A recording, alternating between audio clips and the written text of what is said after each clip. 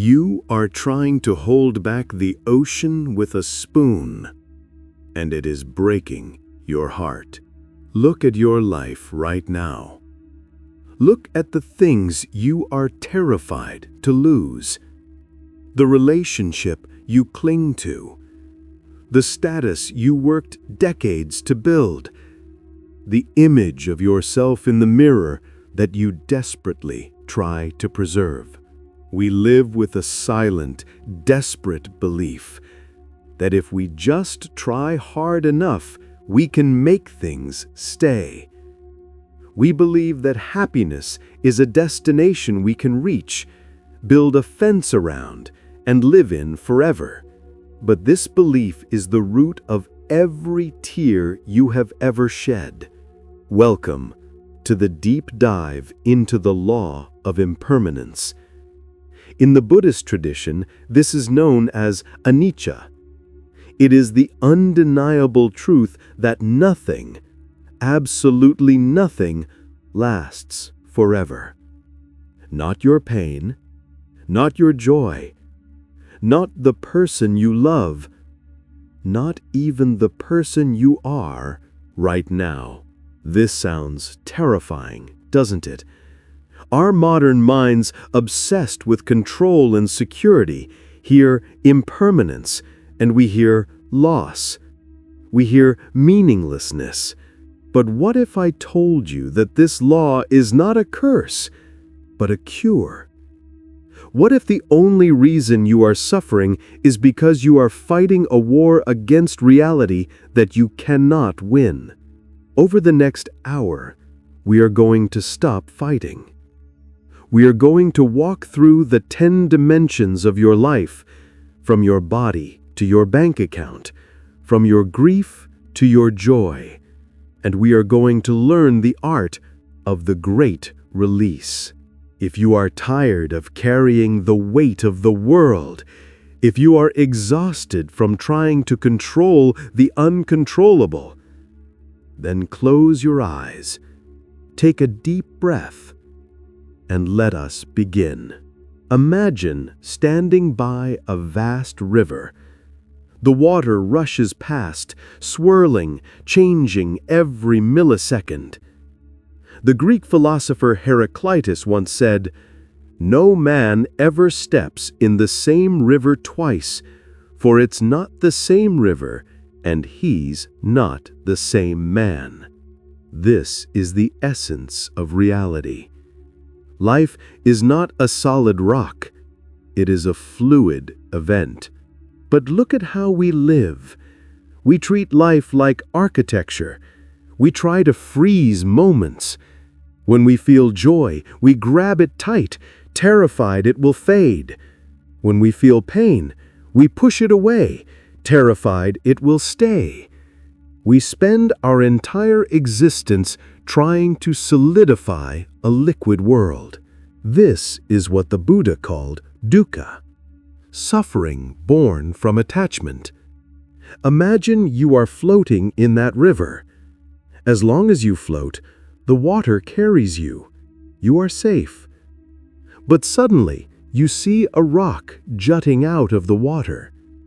That rock represents a specific outcome you want: a job, a lover, a certain amount of money. So you grab on to the rock. You cling to it with all your strength. What happens? The current of the river doesn't stop. It keeps pushing against you. The water crashes into your chest. Your muscles scream. You are fighting the entire force of the universe just to stay in one place. You are exhausted, drowning in your own resistance. The river is not hurting you. The water is not your enemy. The rock is hurting you. Your clinging is hurting you. To understand Anicca, impermanence, is to realize that there is no safety in the rock. The rock will eventually erode. Your grip will eventually fail. The safety is in the letting go. The safety is in becoming part of the flow. Think about the stars. Think about the mountains. Even the Himalayas are slowly grinding down. Even the sun will one day burn out. If the cosmos itself cannot stay the same, why do you demand that your life does? When you truly accept that change is the only constant, a strange thing happens. The anxiety lifts. You stop checking the locks on a house that has no walls. You realize that every moment is precious precisely because it will never happen again. The sunset is beautiful because it vanishes. The flower is precious because it wilts. Your life is meaningful because it is fleeting. So, ask yourself, what rock are you clinging to right now? And are you brave enough to let go and see where the river takes you? Let's bring this closer to home. Let's look at the vessel you inhabit, your body, and the ghost inside it, yourself. We spend billions of dollars every year trying to stop the clock. We dye our hair, we inject our faces, we filter our photos. We are terrified of the sag, the wrinkle, the gray. We treat aging as a failure rather than a natural process of the universe. But science tells us a fascinating truth. Did you know that almost every cell in your body is replaced over time? The skin you are sitting in right now is not the same skin you had a month ago. The skeleton holding you up is not the same skeleton you had 10 years ago. Biologically, you are a constantly regenerating colony of energy.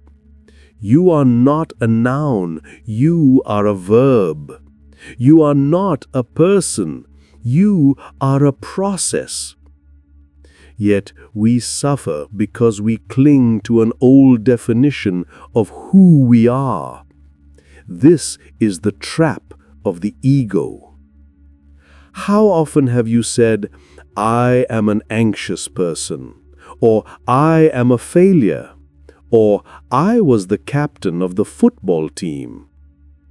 We take these labels and we forge them into heavy chains. We carry the corpse of our past self on our backs. If you made a mistake 5 years ago and you are still beating yourself up for it today, you are punishing a stranger. That person who made the mistake, they don't exist anymore. They have been replaced by the you of today. Someone who has learned, someone who has suffered, someone who is different. Impermanence is the ultimate forgiveness. It means you are not trapped by your past. It means you are not defined by your old traumas. Just as the river washes away the mud, the flow of time washes away the old you if you let it. But we must also face the harder truth. The impermanence of the body means that one day this vessel will fail. We will get sick. We will slow down. We will eventually return to the earth. Western culture hides death. We sanitize it. We run from it. But the Stoics and the Buddhists meditated on it daily. Memento mori. Remember, you must die. This isn't meant to depress you. It is meant to wake you up. When you realize that your time in this body is a limited time offer, you stop wasting it on petty arguments. You stop wasting it on scrolling through social media, envying lives that aren't real. You stop waiting for the perfect time to say, "I love you." you realize that this breath, the one you are taking right now, is a miracle that will not be repeated. You are a guest in this body. Be a grateful guest. Treat it with kindness, but do not cling to it as if you own it. Use it to experience the world, to touch, to feel, to connect. And when the time comes for the body to change, to fade, to transform, try to meet that change not with terror, but with curiosity. You are not the dying leaf. You are the tree that releases it to grow anew. Now, we approach the most tender part of the human heart, our relationships. This is where the law of impermanence cuts the deepest. We can accept that a flower dies. We can accept that a season ends. But the idea that the people we love, our partners, our parents, our children, are temporary visitors in our lives, that is a pill that feels too bitter to swallow. So what do? We try to own them. We say, "You are mine." We tighten our grip. We get jealous when they change. We get angry when they don't fit the script we wrote for them. We try to freeze them in the moment they made us happiest. But there is a profound difference between love and attachment. Attachment says, "I love you, therefore I want you to make me happy." True love says, "I love you, therefore I want you to be free."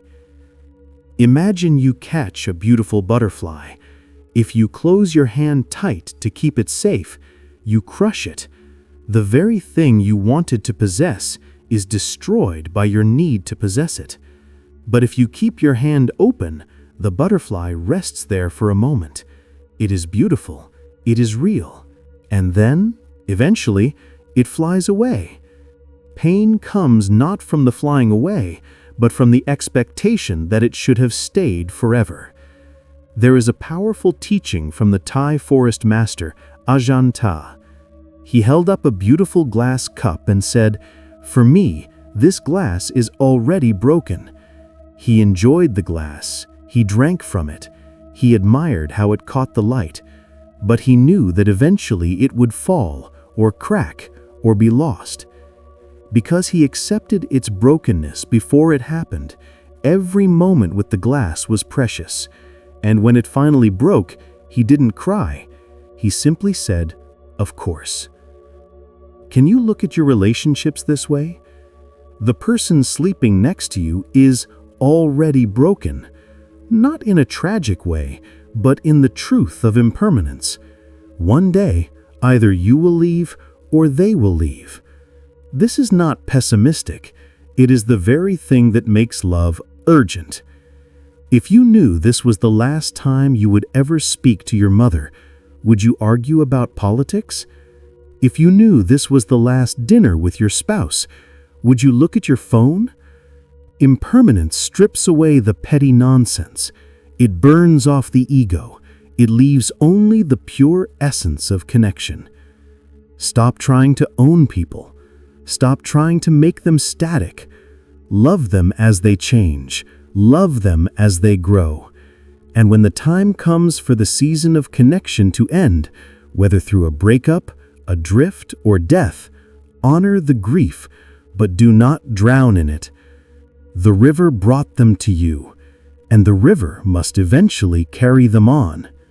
We move now from the heart to the ego, to the things we build to prove we matter: success, money, reputation. Society sells us a lie. It tells us that success is a place, a mountain peak, and once you climb it, you get to stay there forever, bathing in the sunlight of admiration. But look at history. Look at the celebrities who were worshipped 10 years ago and are forgotten today. Look at the billion-dollar companies that are now bankrupt.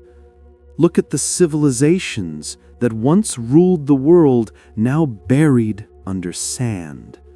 The wheel of fortune is always turning.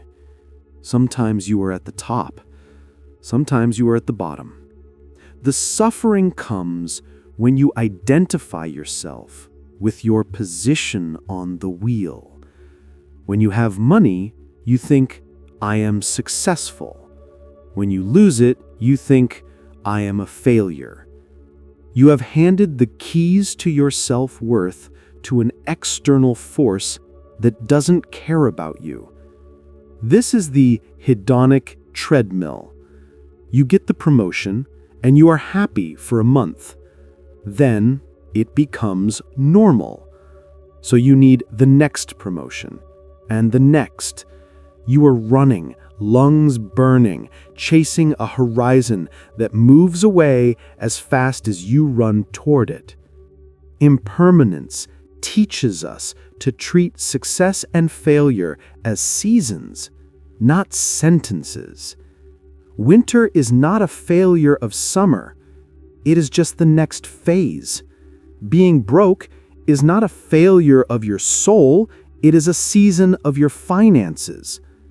Being wealthy is not a virtue of your soul. It is a season of abundance. If you build your house on the beach, do not be surprised by the tide. There is a peace that comes when you decouple your identity from your achievements. You can work hard. You can build an empire. You can make millions. But you do it with a playful heart, knowing it is a sandcastle. You enjoy building it. You make it intricate and tall, but you know the tide is coming. When the wave washes it away, the person who forgot impermanence collapses in despair. But the person who remembers Anicca smiles. They wash the sand off their hands. They look at the sunset, and they say, "That was fun. What shall I build next?" You are not your bank account. You are not your job title. You are the awareness that experiences these things. When you strip away the need for permanent success, you become fearless. You can take risks.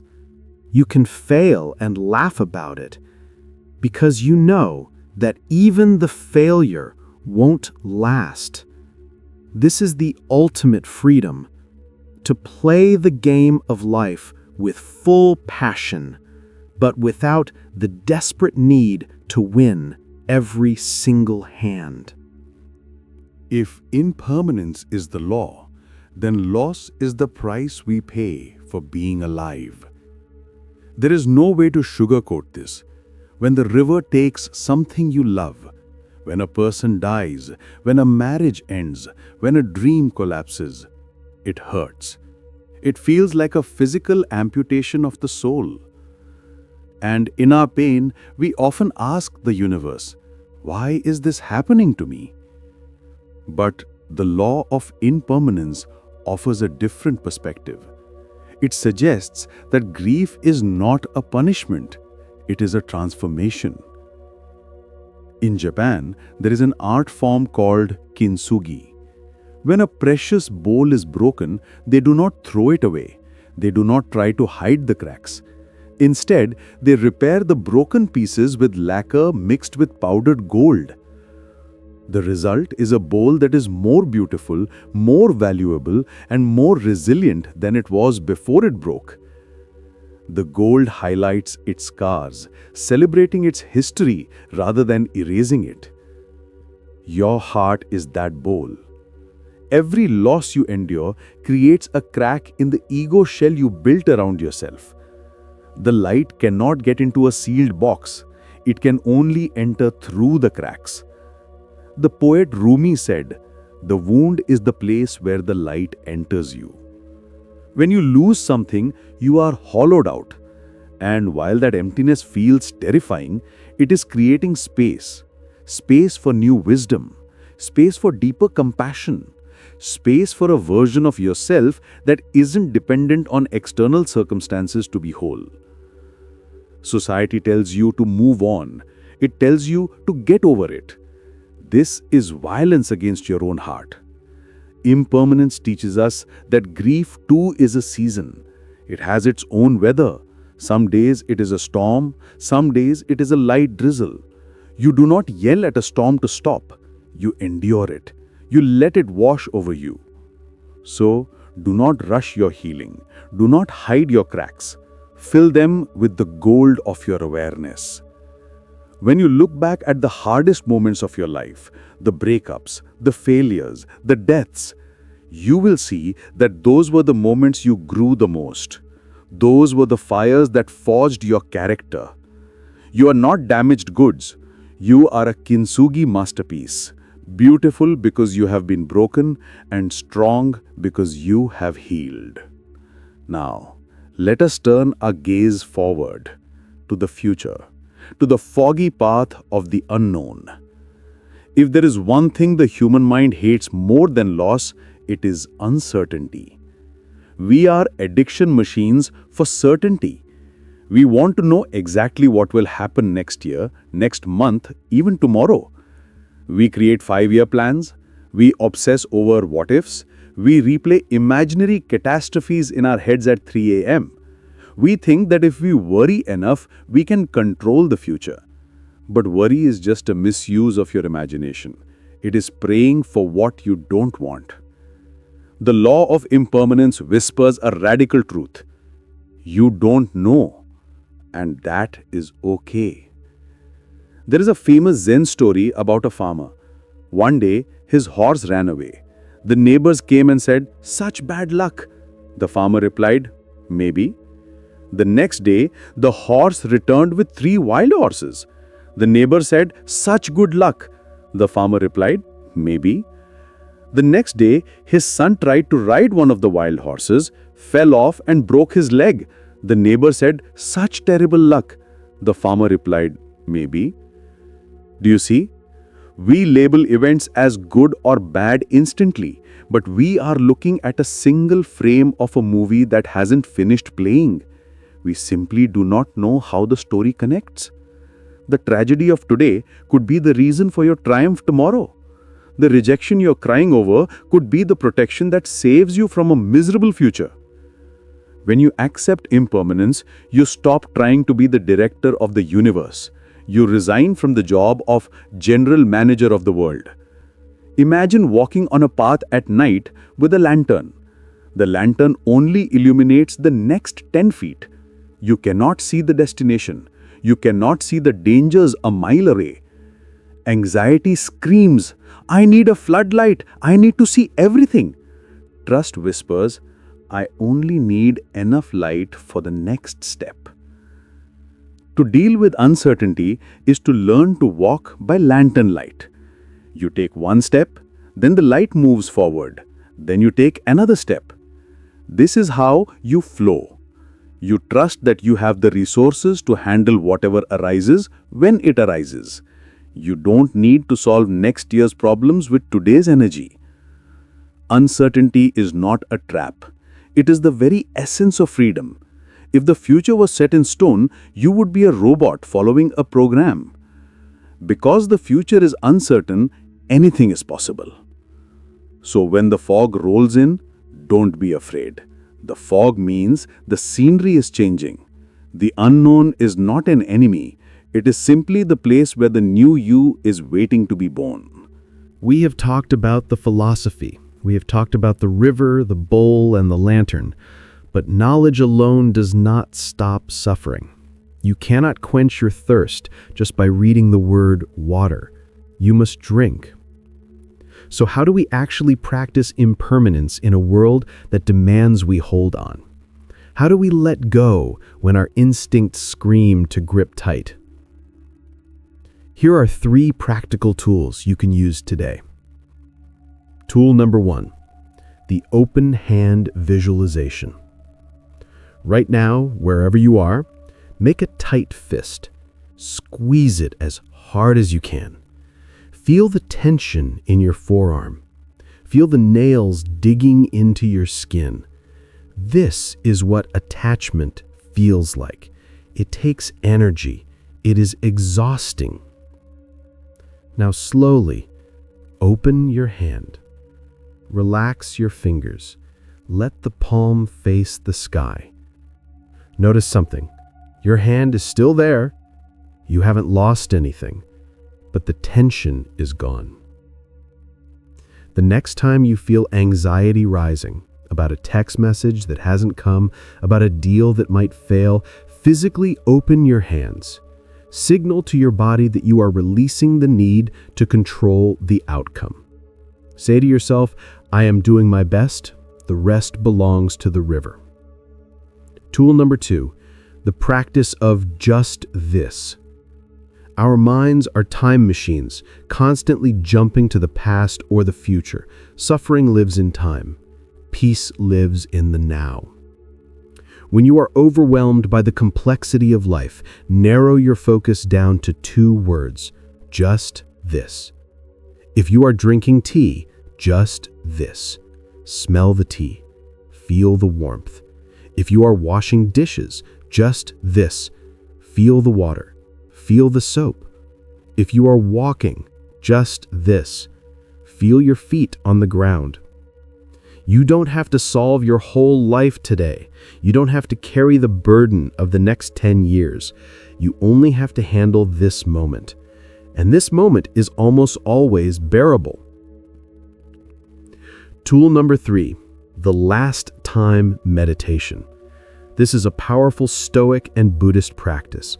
Whenever you do something ordinary, imagine it might be the last time you ever do it. When you kissed your spouse goodbye in the morning, pause. Feel it. What if this is the last time? Suddenly, the routine becomes sacred. The boredom vanishes. When you walk out of your front door, look at the sky. What if this is the last time? This doesn't make you morbid. It makes you alive. It makes you vibrant. It burns away the fog of autopilot and wakes you up to the precious, fleeting nature of the now. Practice these, not once, but daily. Letting go is not a one-time decision. It is a daily habit. If everything changes, if the body ages, relationships end, and fortunes fade, is there anything that stays? Is there any solid ground in this universe? If you build your house on the spinning rim of a wheel, you will always be dizzy. You will always be thrown around. But if you move to the center of the wheel, the hub, you will find a place that turns, yet remains perfectly still. This is the secret of the awakened ones. They do not stop the storm. They find the eye of the storm. What is this still point? It is your awareness. It is the watcher behind your thoughts. Close your eyes for a moment. Think of a happy memory from childhood. Now think of a stressful moment from yesterday. Now, listen to the sound of my voice. Notice that the thoughts changed, the emotions changed, the sounds changed, but the you that noticed them, did that change? The witnessing presence within you does not age. It does not get hurt. It does not get rich or poor. It simply sees. Imagine a movie screen. On the screen, there is a terrible fire. The characters are screaming, but is the screen burned?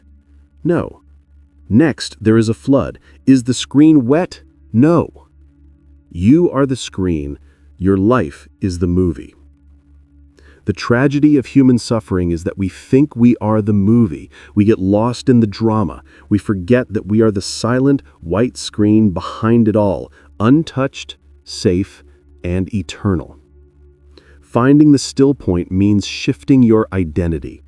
Instead of saying, I am sad, say, I am aware of sadness passing through me.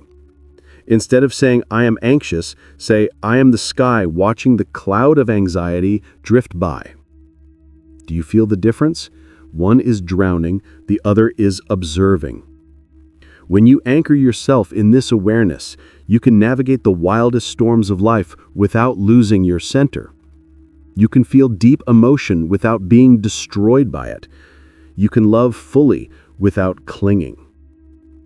You become the eye of the hurricane. The world spins around you, chaotic and loud, but inside there is only silence. There is only peace.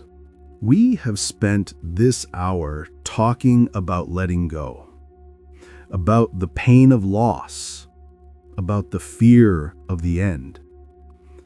But there is a final secret that turns this entire conversation upside down. Imagine if I gave you a plastic flower. It is perfect. It will never wilt.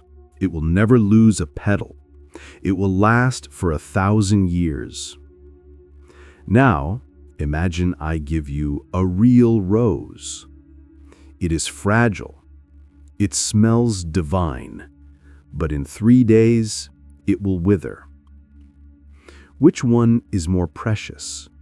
Which one do you lean in to smell? You choose the rose. Why? Because it dies. It is the very fragility of life that gives it value. It is the fact that this moment will not last that makes it shine like a diamond. If the sunset stayed fixed in the sky for eternity, you wouldn't look at it. You would ignore it, like you ignore the wallpaper. But because the colors are shifting, fading, vanishing, you stop. You watch. You feel awe. Impermanence is not the thief of joy. It is the creator of joy. Death is not the opposite of life. It is the border that gives life its shape. Without the silence at the end of the song, the music would just be endless noise. When you truly accept that you have a limited number of breaths, a limited number of summers, a limited number of hugs, you stop sleepwalking. You stop holding grudges. Who has time for hate when the sand is running through the hourglass? You begin to taste your food. You begin to really listen when your friend speaks. You begin to savor the texture of the sheets, the smell of the rain, the beat of your own heart. The Japanese have a phrase for this: mono no aware, the pathos of things, a gentle sadness at their passing, but also a deep, piercing appreciation for their existence. So do not wish for a permanent life. That would be a frozen hell. Celebrate the flow. Dance with the changes. Drink this moment in as if it is the last cool drink of water you will ever have, because in a very real sense, it is. We have traveled a long way together, from the illusion of control to the wisdom of the river, from the cracks in the bowl to the light of awareness. You now have a choice. You can go back to fighting the current. You can go back to clutching the rock, exhausted, terrified, and sore. Or you can unclench your fist. You can realize that you were never in control anyway. And that is the best news of all. The universe has been carrying you since the moment you were born. It beat your heart before you knew you had one. It spun the planet before you could even stand. It knows the way. Trust the river. Let go of the person you used to be.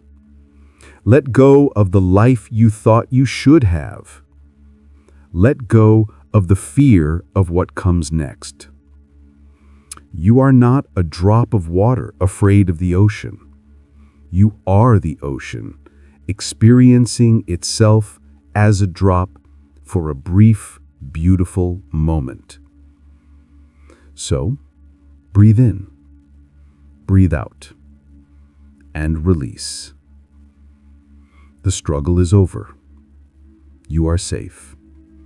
You are home. If this journey brought you a moment of peace, you can help this message flow to others. Like this video to share the calm. Subscribe to join us on the path to deeper wisdom. And tell me in the comments below, what is one thing you are ready to let go of today? Write it down, leave it there, and walk away lighter.